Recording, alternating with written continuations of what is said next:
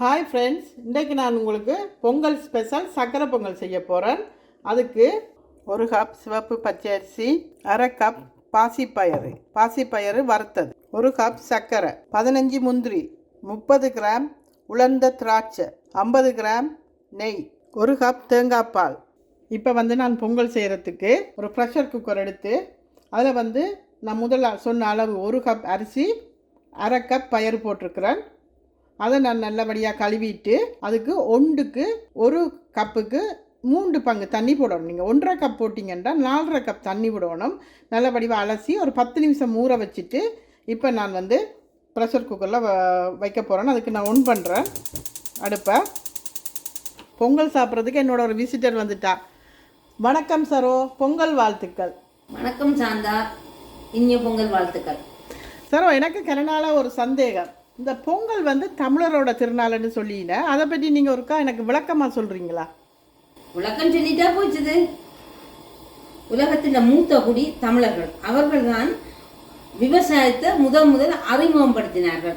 இயற்கையை வணங்கினாங்க. சரியா? இயற்கைக்கு நன்றி செலுத்தும் முகமாகத்தான் இந்த பொங்கல் திருநாள் கொண்டாடப்படுறது உலகம் முழுக்க. அது மட்டுமா சரோ?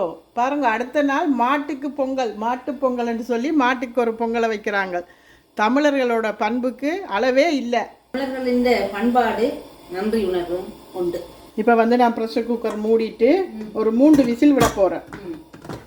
இப்போ 3 விசில் விட்டு அரிசி நல்லா அவிஞ்சிட்டு இப்போ நான் ப்ரெஷர் ரிலீஸ் ஆகிட்டு ஓப்பன் பண்ணுறேன்.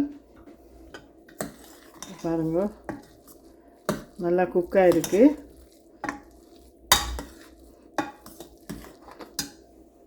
இந்த ஸ்டேஜில் நான் பால் விடுறேன். இப்போ பார்த்திங்கன்னா நான் பால் விட போகிறேன். பாலை சர்க்கரையோட மிக்ஸ் பண்ணி விட போகிறேன். நீங்கள் ஊரில் சில பேர் சர்க்கரையை பாகு மாதிரி காய்ச்சி விடுவீங்க. ஏனெண்டா ஊரில் சர்க்கரையில் கல் இருக்கும், அதை வடித்து விடுவீங்க. நான் பால், எங்களுக்கு இங்கே நல்ல சர்க்கரை ஒன்றும் கல் மண்ணெல்லாம் இருக்காது. அதனால் நான் பாலோட சர்க்கரையை சேர்த்து அப்படியே விடுறேன். இப்போ நல்லா மிக்ஸ் பண்ணி விடுவோம். இப்போ பாருங்கள், தேங்காய் பால் விட்டுட்டேன். அது இப்போ கொஞ்சம் அந்த தேங்காய் பாலில் கொஞ்சம் அவியட்டுக்கும், சர்க்கரையும் கொஞ்சம் நல்லா கவிஞ்சி வரட்டும். அப்போ நான் ஒரு 2-3 நிமிஷம் அப்படியே விடுறேன். இப்போ பாருங்க, ஒரு 3 நிமிஷம் ஆயிட்டுது.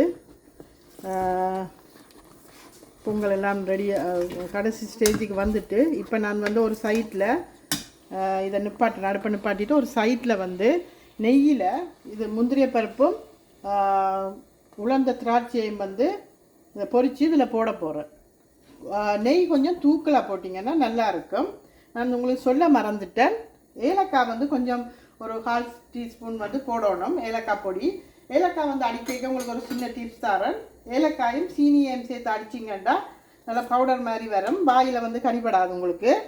சாப்பிடக்க ஒரு 1/4 டீஸ்பூன் போடுறேன். இப்போ நான் நெய்யில் முந்திரிய பருப்பும் திராட்சையும் பொரித்து போட போகிறேன் இதில். இப்போ ரெடி ஆகிட்டு பாருங்கள், இதை இதில் கொட்டுறேன். கொட்டிட்டு நல்லா மிக்ஸ் பண்ணி விட்டால் சரி.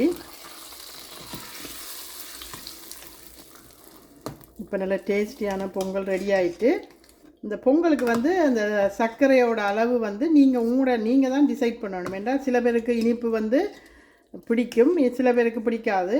நான் மீடியமாக போட்டிருக்கிறேன். நீங்கள் உங்களுக்கு எவ்வளோ தேவையோ அதுக்கேற்ற மாதிரி போட்டுக்கொள்ளுங்க. இப்போ பொங்கல் ரெடி ஆகிட்டு இப்போ நான் அடுப்பை நிப்பாட்டுறேன்.